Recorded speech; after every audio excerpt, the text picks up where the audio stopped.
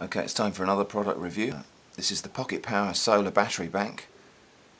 This product came from Banggood.com. There'll be a link in the video description as always. So let's have a look and see what it is. It's a 5000 milliamp hour solar powered battery bank. So let's have a look in the box. They sent me the pink one, that's lovely.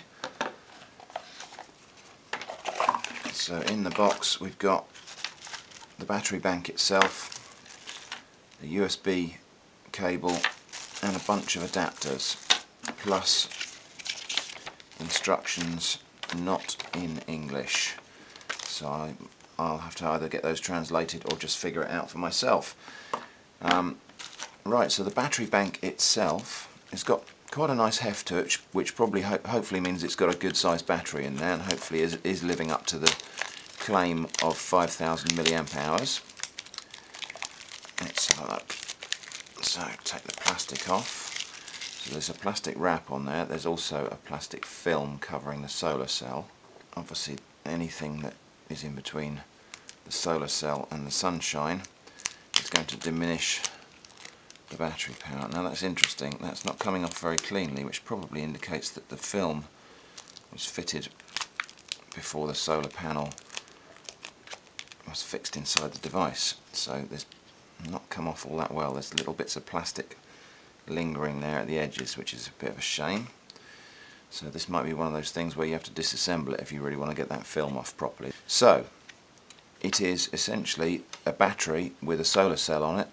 The idea is you leave that out in the sun if you're camping or away from home, and then you plug a USB device into it to use it as a battery booster for your phone. So the USB cable goes in there, and then there are these 5 or 6 little adapters here. So let's see what we've got there. We've got mini USB. That one looks like it's to fit a Nokia phone.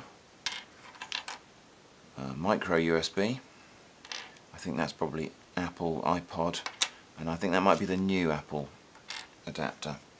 You'd plug one of these things on the end of there, and then plug that straight into your phone or mobile device to charge it from this battery bank. Alternatively, I guess you could probably plug your own charging cable directly into that USB slot there. It's completely discharged at the moment, so I am going to wait. I'm going to leave that on the sunny windowsill tomorrow, and we'll see how much that charges up by. So we'll come back again tomorrow. Okay, so this has been charging on the windowsill all day. It's been a nice sunny day, and so there are indicator lights there while it's charging, which are telling me, I think, that it's 3/4 charged, which is not bad actually for just sitting there for a whole day. So later on this evening, when it's had a full day's charge, we'll plug it into something and see what sort of power we can get out of it. Okay, so I left this charging all day in the sunshine, and when I press the button there, I'm getting 3 LEDs, which I presume means it's 3/4 charged up, which is not bad. It's been a nice sunny day, but I'm quite impressed by that actually, because I expected that it would take longer to charge. So let's just have a look and see what happens when we try to use it. I've got the micro USB adapter attached to that end of the cable. Plug that cable in there, and plug it into my phone. Get it the right way up. Just that way up.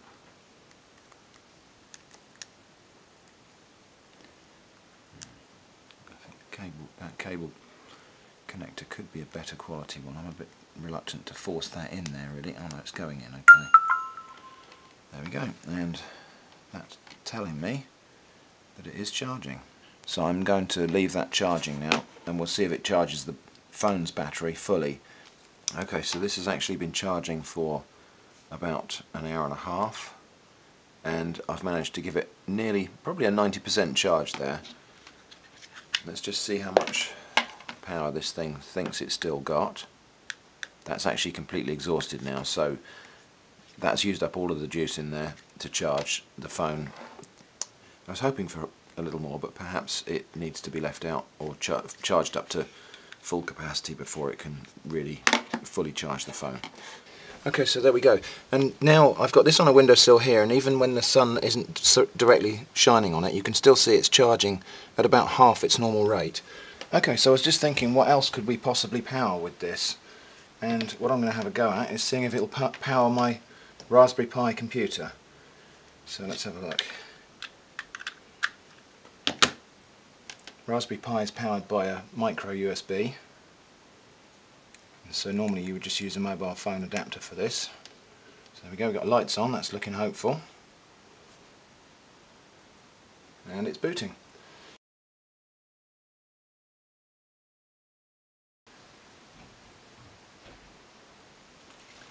So there we go. The Raspberry Pi is being powered by the solar powered battery pack. So in theory I could package that together into a little solar powered computer, and I could just leave that somewhere, maybe with a camera attached to it, and it would power itself. So final verdict on this, I think this is actually quite an interesting and versatile little device. So many things are powered by USB style adapters now that this is actually very much more versatile than just a mobile phone battery backup. You could use this to power USB lights, fans, all sorts of things, and probably quite useful if you're going away camping or if just away from home for a night. So there we go. Reasonably impressed with this device. I think it's quite good. Thanks for watching this video. If you'd like to see more of the same, why not click here to subscribe? Alternatively, click here to visit my channel. Or you could click here to visit the Atomic Shrimp website.